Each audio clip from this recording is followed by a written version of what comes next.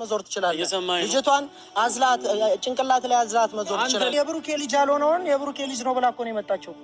ግንኙነት ይኖራል። በምን በኩል ነው የብሩኬ ልጅ ቢሆን በምን መንገድ እንዴት ታውቃለህ? ዱጋር ቤኪን ጅቹራ ይመራት ተይ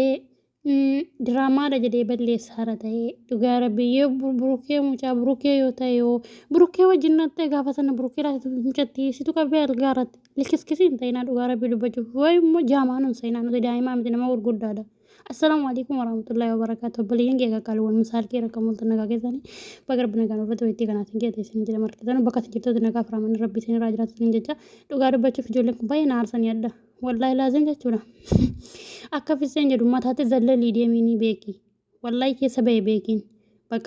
ijoolleen biyya arabaatti dhumaartu tuudhaalanooti piraankiin jira kana piraankiin jira abrishiin tokkicha bakka dhaabbii siin qabu cita siin qabu bakka kana booddee jechuudha yoo xiqqaate ji'a lama ji'a sadii hojjetaara jechuudha mucaan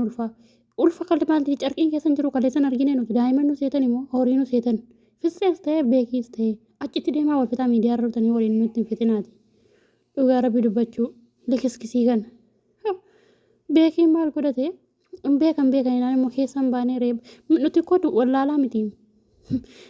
dhufneesan hordofuu ko wallaalaa nun seenaa dhugaa rabbii gara mataa keessanitti deebi'a hojii hojjetan hojii seera qabu hojjedha ijoolleen biyya arabaatti dhumaartii mimmaaniin isin yaadannuma jaalalli ko rakkoo qaba jechuudha dhugaa rabbii nama jaalachuun badiisa jechuudha ijoollee kana irratti hin argi wallaahi laazim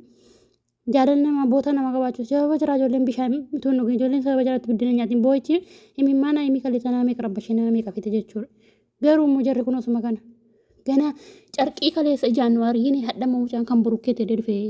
beekin situ qabee algaaratti burukkee dhamee damcha akkam nama ciikaa isa dhugaa rabbi waan ta'e nama dubbachiisan ijoolleen gara mataa keessanitti deebi'aa yaadaa garuu waan hojjetartan rakkoon qabu hojii keessan hin beekna akkasiin hojii hojjetatan hin beekna yeroo darbisa kana fitseen gara himii heenee gara burraa akkanatti lafa rabbashaa turtan rakkoon qabu isiniif taqabbal garuu immoo wallaahi jezaa ijoollee biyya arabaa haqa himimmaan ijoollee biyya arabaa rabbi irraa gaafatamta wallaahi akkuma jarri isin jaalatanii har'a himimmaan isinii buusan immoo isin immoo rabbi isin irraa gaafata qaaldan qabu ilmaan nama guddaa ta'e himaan buusee bu'a ijoolleen himimmaan buustee buusi mana arabaa keessatti argatte nyaattee dhabde dhiiftee iyyuu hojiisii hojjetataat isin hordofti ijoolleen sammuu isinitti firii godhachuu garuu jaalalli koo bootaa qabu gaafa isin jibban immoo deebi'anii isin ilaalan wallaahi warri irra laayikii isinii godhan mataa kana ijoollee qabannan hadha dhuftanii kana taatanu bor immoo ijoolleen laayikii tokko isinii godhan asirraa dhabama gaafa jedhe taane ammoo deebitanii dhuftanii qimamoota mana madaamiitii bootaan qabda dhuftanii kana booda qimamoota mana madaamii nuun hin jedhina achitti camalaqaa bakka dhuftanii miidiyaa irratti piraankii keessa fidanii dhufna ijoolleen dhumaarti biyya arabaa keessatti maal lama aarsan dhugaa rabbiin